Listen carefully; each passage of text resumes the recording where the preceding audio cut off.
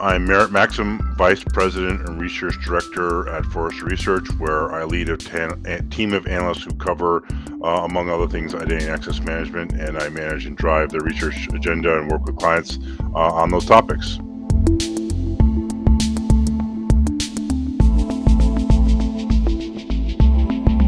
Forrester is pleased to be one of the kind of originators of the zero trust term, going back over a decade ago, and it took a while for it to kind of gain hold in the marketplace. But yeah, there has been a lot of use of it, which we're happy to see, but there also has been, I think, some ongoing confusion about what it actually is. When we actually define zero trust, you need to think of zero trust as an information security model that denies access to applications and data by default. Threat prevention is achieved only by granting access to networks and workloads, utilizing policy that's informed by continuous contextual risk-based verification across all users and devices. Zero Trust advocates three core principles. All entities are untrusted by default. That's why we call it Zero Trust, because there's no trust. Least privileged access is enforced, and comprehensive security monitoring is implemented. As it relates to the perimeter model, the main thing to think about is that the perimeter model has essentially been proven to be dead, or if not dead, on life support. The perimeter model worked in the dial-up days of the 90s, where getting into the network was a more there were more constraints. You had more limits on that. Users were generally physically in the building when they connect to a network.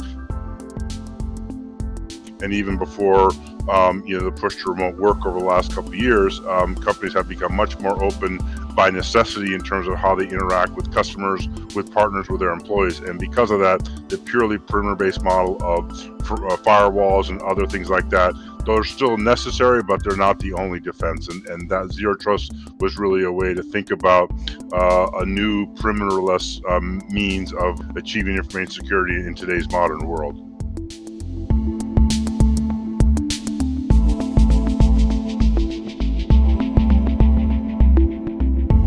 Probably starting about 2019, 2018, I think at the RSA conference, that kind of era was really when we really started to see zero trust really kind of explode on the map in terms of vendors and others and media embracing the term, which was great to see. It did lead to misconceptions or confusions around that.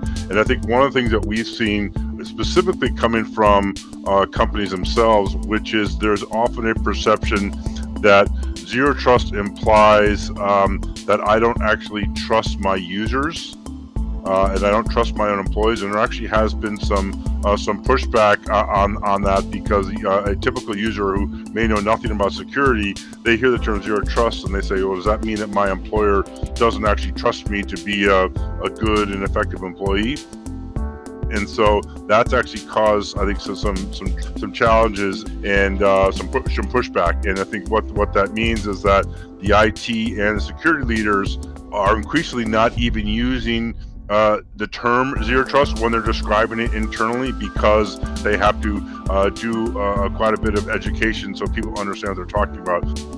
That's been something that's come up in our research. It's actually been it's a reasonable thing to happen, but the amount of kind of concern around that term has actually been a little bit surprising.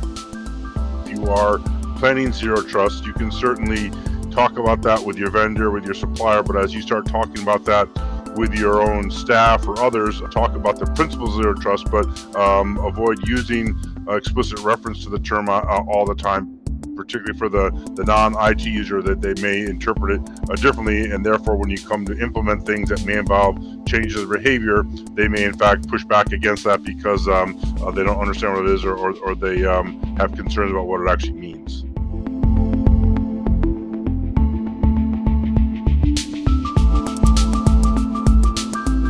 I think it's absolutely essential. Principles of zero trust are really what should be core to any organization. It's all about not, making sure you verify explicitly before allowing people on your network, and that applies whether you're a Walmart or you're a small, mom and pop, company of 50 employees. The same models apply, and right.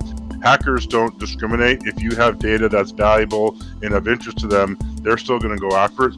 So if you're, say, a small medical practice of a dozen or so employees, you may say, well, we're not a target. Well, you collect and store protected health information. That's useful to hackers for identity theft and insurance fraud and things like that. So just because you're small doesn't mean you're immune from these attacks. Unfortunately, having kind of the basic zero trust principles, doing things like, requiring multi-factor authentication, not trusting your network connections, looking at kind of how you segment your network. All those things are important practices, and they apply really equally regardless of your company size.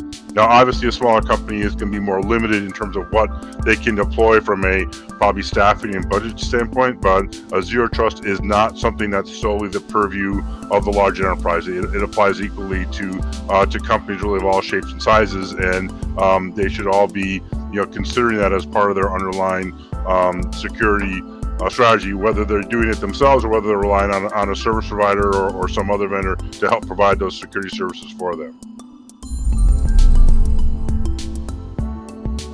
Please subscribe and check out more content from us.